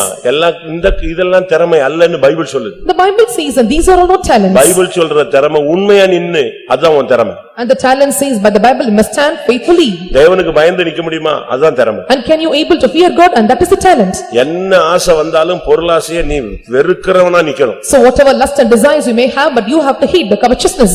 நியாயாதிபதிகள் 2ஆம் அதிகாரம் 18ஆம் வசனம். 2:18 of Judges. நியாயாதிபதிகள் 2:18. கர்த்தர் அவர்களுக்கு நியாயாதிபதிகளை எழும்ப பண்ணுகிற போது நியாயாதிபதிகளாக நீங்க நிக்கணும். So you have to stand like a judges. உன்னை சபையில கர்த்தர் வச்சிருக்கிறார்னா நீ நியாயத்துக்கு அதிபதியா இருக்கணும். நீ பொய்க்கு சப்போர்ட் பண்ணக்கூடாது, கன்சாடையா விடக்கூடாது, தவறுக்கு நீ கை கொடுக்க கூடாது, பாவத்தை விட்டு வேடிக்கை பார்க்க கூடாது. If the Lord planted you in the church and you should not give hold or catch hold for the liars and you should not give or you should not be an eye was to that sin and you must suffer the things. நியாயாதிபதிகளின் காலம்னு ஒரு காலமே இருக்கு, ஒரு புக்கே இருக்கு. And there is a period of judges and there is a book also differently given for the judges. நாம் ஒவ்வொருவரும் நியாயாதிபதிகளா இருக்கணும். So we all must be an individual judges. இந்த விஷயத்துல ரொம்ப கவனமா இருக்கணும். And we must take heed in this matter. உள்ளதை உள்ளதென்றும் இல்லதை இல்லதென்றும் சொல்லு. And what is A and A and what is B and must say nay. பார்த்தேன்னு சொல்லு. If you say that you are seen you must say I see. நீ கூட்டவும் வேண்டாம் குறைக்கவும் வேண்டாம். You don't want to add or decrease it. வெளிப்படுத்தல வாசிக்கிறோம் இந்த வசனத்துல கூட்டினாலும் நீ தொலைஞ்ச குறைஞ்சனாலும் தொலைஞ்ச. And we read in the book of Revelation and if you add a word in this and if you are decreasing it and you may be spoiled. அப்ப நாம எவ்வளவு கவனமா இருக்க வேண்டிய ஒரு time. So these are the time that we have to pay very attention towards it. நாம் அதிபதிகளாய் மாற வேண்டியது We have to be changed as a ruler in what matters. ஜனத்துக்காய் நீ அதிபதியாய் நிற்க வேண்டும். And you have to stand as a ruler for the sake of the people. வாலிபர்கள் இயேசுவுக்காக ஊழியத்திலே அதிபதிகளாக நிற்க வேண்டும். And the youths must stand as the officer or the rulers or the captain in the ministry. திறமையுள்ள ஜனங்களாய் நாம் மாற வேண்டும். And we must be changed as a talented persons. நியாயம் உள்ள அதிபதிகளாக இருக்க So வேண்டும். we must become the rulers of the judges. யோசுவா 10ஆம் அதிகாரம் 24ஆம் வசனம். 10:24 of Joshua. அவர்களை யோசுவாவின் இடத்திற்கு கொண்டு வந்தபோது யோசுவா இஸ்ரவேல் மனுஷரை எல்லாம் அழைப்பித்து தன்னோடே கூட வந்த யுத்த மனுஷரின் அதிபதிகளை நோக்கி, நீங்கள் கிட்ட வந்து உங்கள் கால்களை இந்த ராஜாக்களுடைய கழுத்துகளின் மேல் வையுங்கள் என்றான். சத்துருக்களை பிடிச்சு வந்து யோசுவா என்ன பண்ணான் தெரியுமா? வரிசையா படுக்க வச்சான். And taking hold of the enemies, and what he did, and he made them to lay down in rows. யுத்தம் முடிஞ்சிருச்சு. And the battle was over. இப்ப யுத்தம் முடிஞ்சு சத்துருக்களை பிடிச்சாச்சு. கேப்டன்ஸ் எல்லாம் பிடிச்சிட்டாங்க. Now the battle was over. Now they have caught over all the enemies and the captains. சத்துருக்கள் இருக்கிற எல்லா கேப்டனையும் வரிசையா பிடிச்சு படுக்க வச்சிட்டான். So they that are from the enemies and all the captains, and made him to lay down on rows. தன்னுடைய யுத்த அதிபதிகள் எல்லாம் கூப்பிட்டான். And now he called over the captain of his army. எல்லாரும் இவனுங்க கழுத்துல தலைய காலை தூக்கி வையின்னு சொன்னான். And he said that, and everyone have to keep their feet upon their head. எல்லாரும் போய் அவங்க படுத்திருக்கிற அவ்வளவு சத்துருக்களுடைய கேப்டன் தலையில நின்றான். இந்த கேப்டன்ஸ் எல்லாம் போய் நின்றாங்க. தலைக்கு மேல கழுத்து மேல கால் வச்சு மீச்சான். And all his captain and they laid over or put over the feet upon necks of the kings and the இப்படியே hand of கர்த்தர் உங்கள் enemies. சத்துருக்கள் எல்லாருக்கும் செய்வாராக. So this is how the Lord will do for all your enemies. அது என்ன யுத்த மனிதரின் அதிபதி? And so who is called the captain of the men of God? ஜெபத்துல ஜெபம்தாங்க நம்முடைய யுத்த காலம். Our prayer is a battlefield. சரியா ஜெபத்துல நிக்கணுங்க. And you have to rightly stand in prayers. அதுக்கு ஒரு டைம் நீ ஃபிக்ஸ் பண்ண கூடாது. அதுக்குன்னு ஒரு டைம் ஃபிக்ஸ் பண்ணிட்டு அது போகாம இருக்கவும் கூடாது. And you should not be fix about the time, and without refraining time you should not go with prayer times. 10 மணினா நீ 10 மணிக்கு போயிடணும். If it is 10 o'clock sharply, at 10 o'clock you must attend the prayer. இல்லனா fix பண்ணாத. And you should not fix on the time again. தான் 3 வேளையும் செய்கிறபடி கரெக்ட்டா எங்க போய்ட்டான்? தானியேல் அங்க போய் நின்றுவான். முழங்கால்ல நின்றுவான். And Daniel, and he was doing 3 days time continuously, and he will go and bend his knees down. நம்மள அப்படியே ஜெபிக்கிறவங்களா இருக்கறோமா? Are we like a prayer warriors? ஜெபிக்கிறோமா? Are we praying? நான் பட்டாபராம்ல அசிஸ்டன்டா இருந்தேன். So when I was assistant at Pathabiram, அப்ப எனக்கு என்ன வயசு? 21 வயசு இருக்கும். I was 21 years old. அவ்வளவுதான். அப்போ பட்டாபராம்ல ஒரு convention. And it was convention at Pathabiram. அப்போ சென்ட்ரல்ல ஜெயில் இருந்துச்சு. And there was central jail there.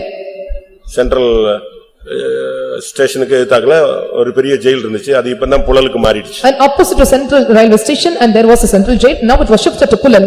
அந்த சென்ட்ரல் ஜெயில்ல சூப்பரண்டன்ட் வந்து நம்முடைய விசுவாசி Thomas. Superintendent in the central jail, and he was a believer named called Thomas. அவர்தான் மெட்ராஸ் கன்வென்ஷனுக்கு அப்பெல்லாம் காய்கறி வாங்கி கொடுப்பாரு. நாங்கெல்லாம் அவர் பின்னால போவோம். அவரை பார்த்த உடனே எல்லா காய்கறி ஆடுலாம் ஆடி போடுவான். And he used to கரெக்டான ரேட் கொடுப்பான். அவர்தான் வருவார். And he used to purchase vegetables for the Chennai convention, and we used to go after him because we looking unto him, and they will reduce the money.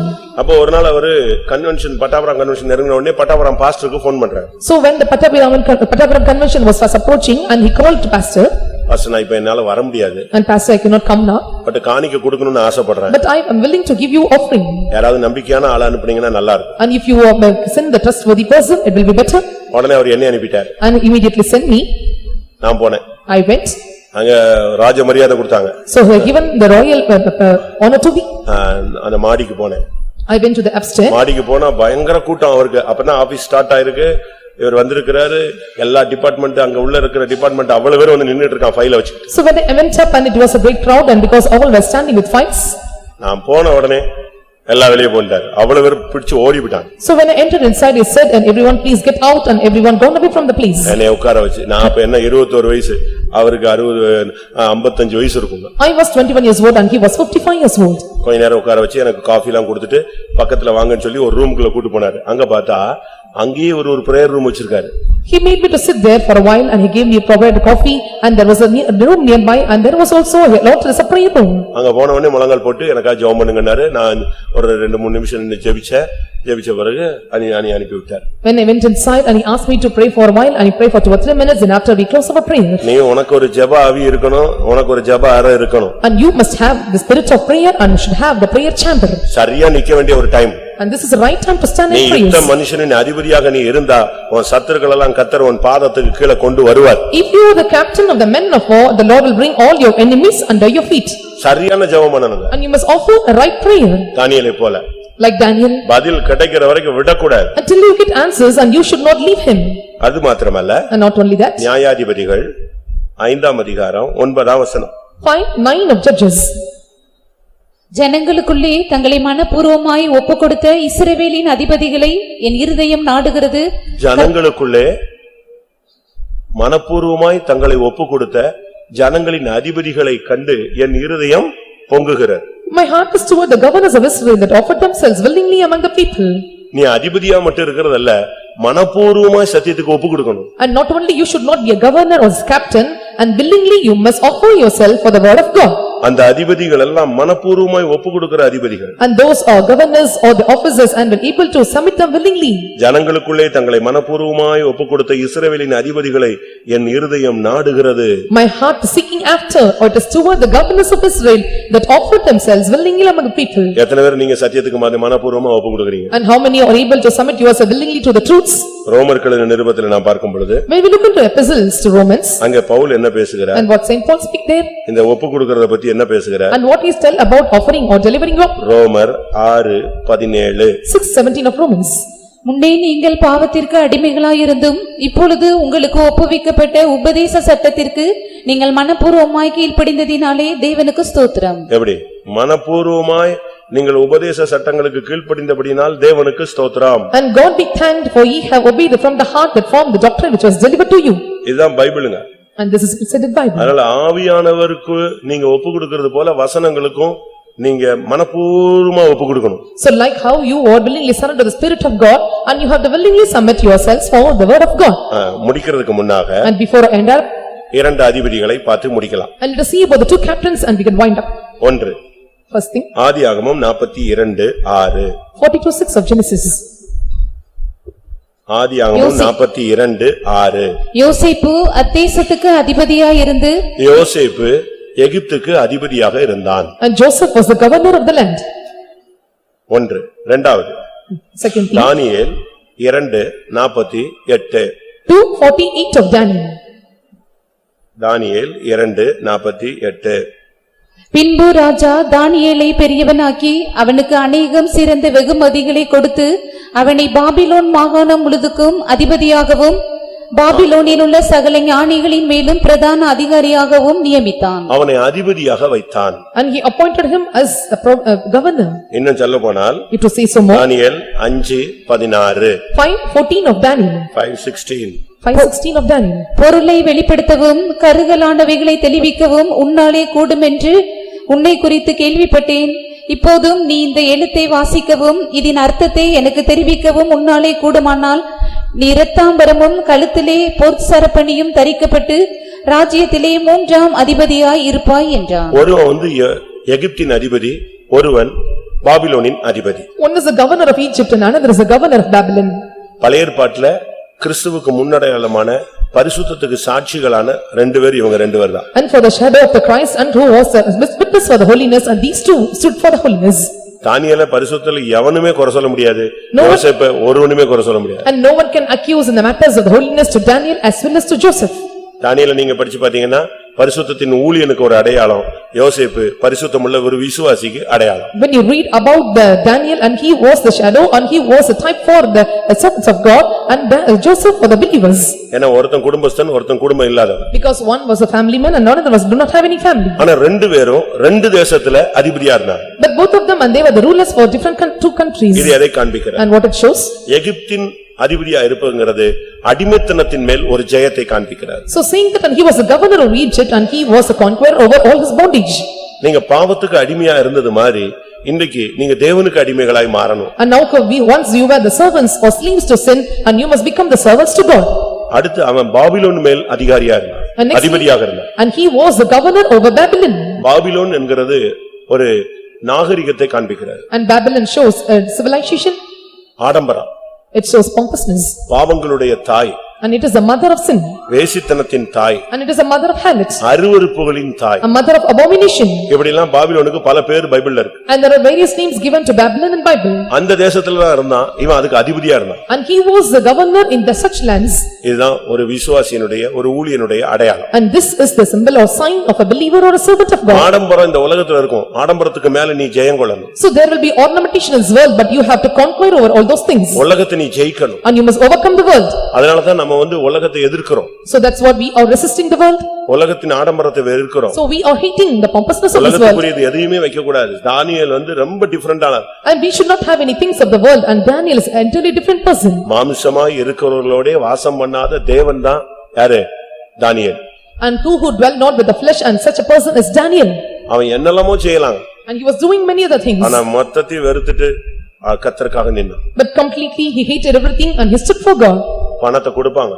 He'll give money.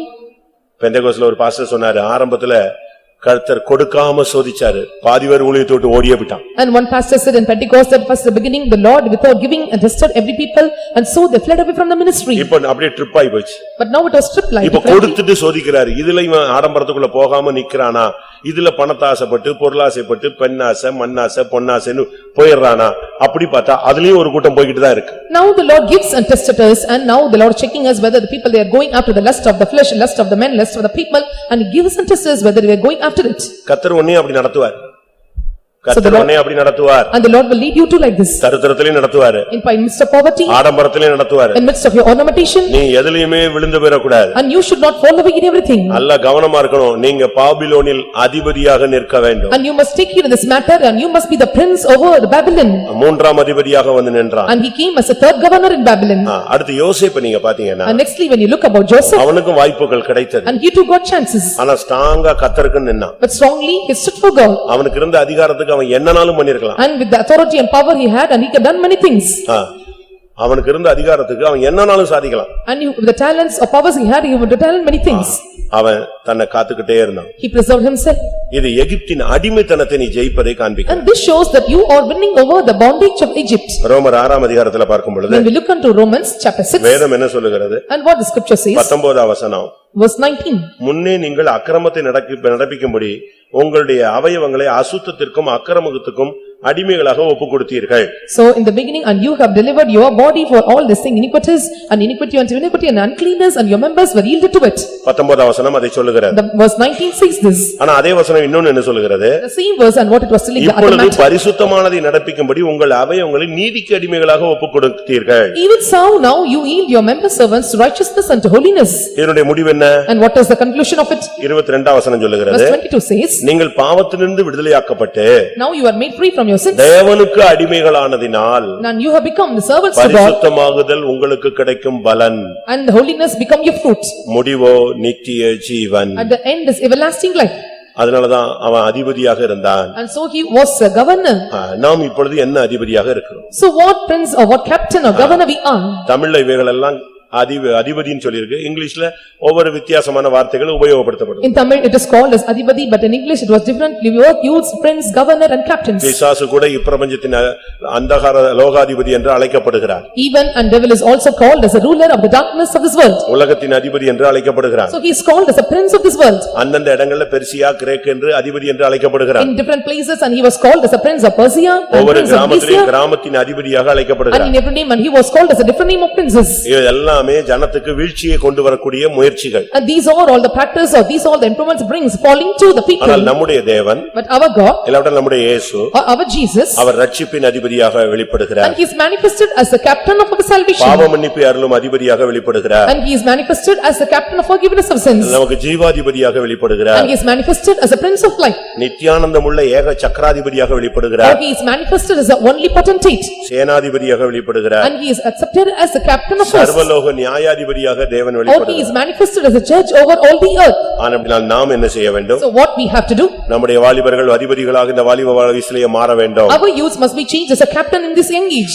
ஜனத்துக்காக அதிபதிகளாக நாம் மாற வேண்டும். And we must be changed as a captain or judges for the sake of the people. உண்மை உள்ளவர்களாக, தேவனுக்கு பயந்தவர்களாக, பொருளாசையை வெறுக்கிற திறமை உள்ளவர்களாக, அதிபதிகளாக நாம் மாற வேண்டும். As a faithful one who fear God and hating the covetousness, and we may be changed as a rulers. நியாயாதிபதிகளாய் நாம் மாற வேண்டும். And we must be changed as a judges. யுத்த மனிதரின் அதிபதிகளாக மாறி சத்துருக்களை மிதிக்கக்கூடியவர்களாய் மாற வேண்டும். And we must be turned as a captain of the men of war, able to trample over our enemies. இந்த சத்தியத்துக்கு மனப்பூர்வமா நீங்கள் ஒப்புக்கொடுக்கிற அதிபதிகளாய் மாற வேண்டும். And you must be changed as a captain who is able or willingly able to surrender for the truths of God. அப்படி மாறும் பொழுது If you are changed, இந்த ஆடம்பரத்தை நாம் ஜெயிக்கலாம். and you are able to conquer or win over this ornamentation. விசுவாசிக்கிறவனை அன்றி உலகத்தை ஜெயிக்கிறவன் யார்? And then rather than he that believe, and who can overcome this world? விசுவாசமே உலகத்தை ஜெயிக்கிற ஜெயம். And our faith is the overcoming have nothing to overcome the world. நீங்கள் பாவத்துக்கு ஒரு காலத்தில் அடிமையாக இருந்தீர்கள். In one time and you were servants to sins. இப்பொழுது தேவனுக்கு அடிமைகளாக கர்த்தர் உங்களை கொண்டு வந்திருக்கிறார். Now the Lord taught you here நீங்கள் தேவனுக்கு அடிமைகளாக இருந்தால் and if you are the servants of sins உங்களுக்கு பரிசுத்தமாகுதல் உங்களுக்கு பலனாய் கிடைக்கும். and the holiness you will receive as a fruit or reward. முடிவு நித்திய ஜீவனாய் மாறும். And the end will be the everlasting life. எல்லாரும் கண்களை மூடுவோம். Let us all close our eyes. ஏனென்றால் முழங்கால் படியிடுவோம். If possible, let us all bend our knees. அதிபதியின் அபிஷேகத்தை அன்றைக்கு தாவீது பெற்றுக்கொண்டது போல நாம் இப்பொழுது பெற்றுக்கொள்வோம். On the day and David received the anointing of the captain, let us all receive the captain anointing. தாவீது அந்த அபிஷேகத்தை பெற்றுக்கொண்டான். And David received the anointing. Saul அந்த அபிஷேகத்தை பெற்றுக்கொண்டான். And Saul also received the anointing. எசேக்கியா அந்த அபிஷேகத்தை And பெற்றுக்கொண்டான். Hezekiah received the anointing. ஒருவேளை சவுலை போல நீங்கள் அந்த ஜனத்தின் அதிபதிங்கிற அபிஷேகத்தை இழந்திருக்கலாம். And perhaps like a Saul and you also have lost your anointing. ஒரு 2 நிமிஷம் முழங்கால் போடுங்க, அந்த அபிஷேகம் ரினியூவல் ஆகும். For 2 minutes, let us all bend our knees and the anointing will be renewed to us. ஆமென். எல்லாரும் கண்களை மூடுவோம். Let us all close our eyes. ஒரு அபிஷேகம் நம்ம மேல இறங்கணும். Let the anointing come upon us. அதிபதியின் அபிஷேகமா இறங்கணும். It may become as an anointing of a captain. நீ ஜனத்துக்காக சபைக்காக யுத்த மனிதனாய் மாற வேண்டும். And you must become the men of war for the sake of the church, for the people. இந்த சபைக்காக சத்தியத்துக்காக நீ திறமையுள்ளவனாய் மாற வேண்டும். And you must become the talented one for the sake of the church and for the people. கர்த்தர் ஒரு அபிஷேகத்தை இப்பொழுது தரட்டுமே. And the Lord give you anointing right now. உனக்கு பரிசுத்தாவின் அபிஷேகம் இருக்கலாம். And let you have the anointing of Holy Spirit. உனக்கு பலவிதமான அபிஷேகத்தை கர்த்தர் கொடுத்திருக்கலாம். And the Lord have given you diverse anointings. ஆனால் இன்றைக்கு கர்த்தர் உனக்கு கொடுக்கிற அபிஷேகம் அதிபதியின் அபிஷேகம். The right today or right now the Lord give you is the anointing of being a captain. ஹalleluya. எத்தனை பேர் பெற்றுக்கொள்ள விரும்புகிறீர்கள்? How many desire to receive this? ஆமென். அத்தனை பேர் இப்பொழுதே பெற்றுக்கொள்ளுங்கள். And all of you receive right now itself. ஹalleluya. ஹalleluya. ஹalleluya.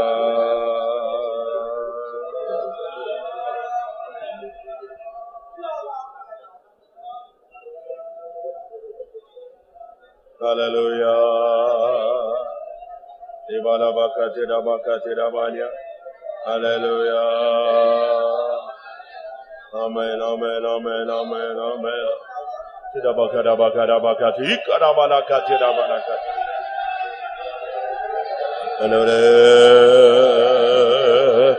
ஆண்டவரே அதிபதியின் அபிஷேகத்தை கொடும் ஆண்டவரே. ஆமென், ஆமென், ஆமென். ஹalleluya. ஓ ரபகதிரா கரபகதிரா பகரா பகரா பகதிரா பகரா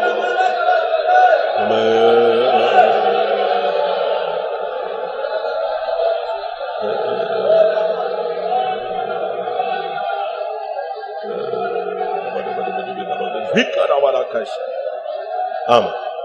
அதிபதியின் அபிஷேகம் உனக்கு இன்னைக்கு கிடைக்குமானால் If you receive the anointing of being a நீங்கள் captain மனப்பூர்வமாய் உங்களை ஒப்புக்கொடுப்பீர்கள். and willingly you will surrender to it.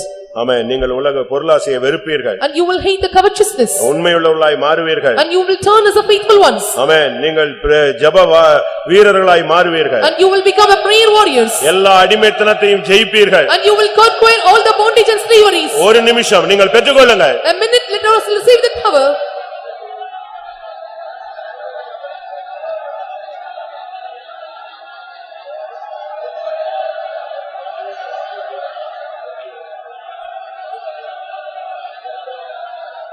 Bakara bakara bakara. Hikabala bara.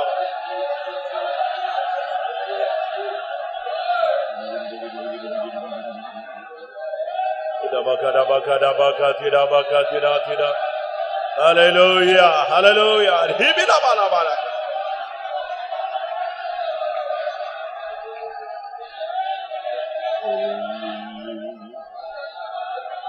ஆம்.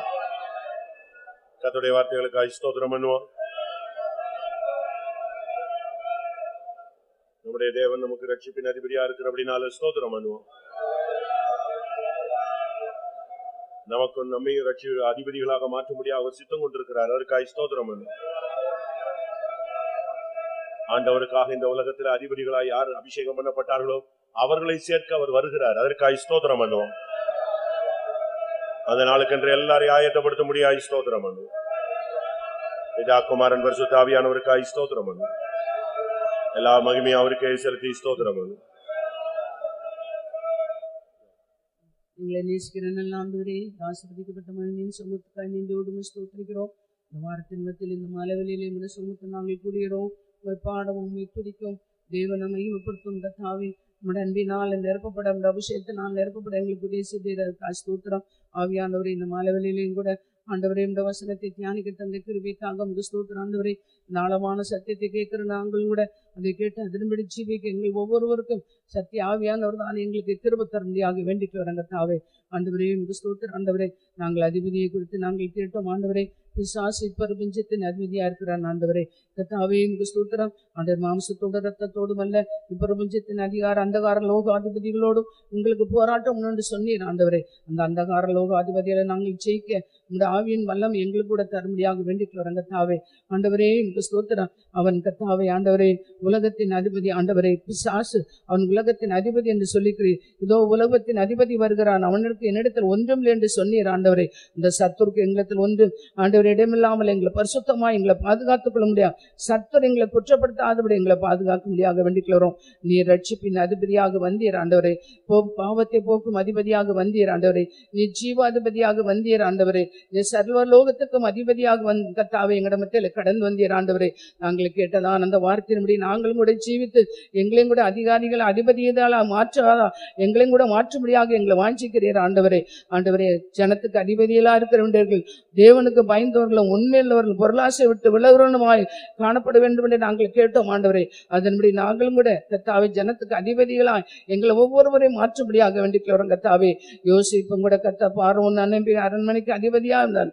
தானியேலும் கூட கர்த்தாவே ஆண்டவரே என்று ஸ்தோத்திரம் பாபிலோனுக்கு அதிபதியா இருந்தார். அதுபோல நாங்களும் கூட கர்த்தாவே இந்த பொல்லாத உலகத்தில் ஜீவிக்கிற நாங்களும் கூட எங்கட எங்களுக்கு தந்திருக்கிறதான கர்த்தா அந்த மேன்மையை நாங்களும் கூட காத்துக்கொண்டு பயத்தோடு நடுக்கத்தோடு நாங்கள் ஜீவித்து கர்த்தாவே நித்திய ராட்சியத்துல நாங்கள் ஒவ்வொருவரும் சன்னிதானத்துல அதிபதிகளாய் காணப்பட எங்களை ஒவ்வொருவரையும் தகுதிப்படுத்தும்படியாக வேண்டிக்கிறோம். கேட்ட வார்த்தை ஜீவிக்க கிருபைதாரும். தேவசமத்தில் வந்த மக்கள் எல்லாம் ஆசீர்வதித்து அனுப்பி எல்லா துதிக்க நம்ம எடுத்துக்கொள்ளும். இயேசு நாமத்தில் வேண்டிக்கிறோம் பிதாவே. ஆமென். நம்முடைய கர்த்தராகிய இயேசு கிறிஸ்துவின் கிருபையும் பிதாவாகிய தேவனுடைய அன்பும் பரிசுத்த ஆவியின் ஐக்கியமும் நம்முடைய சகல பரிசுத்தவான்களுடைய கர்த்தராகிய இயேசு மகிமையிலே வெளிப்பட மட்டும் இருப்பதாக. அல்லேலூயா.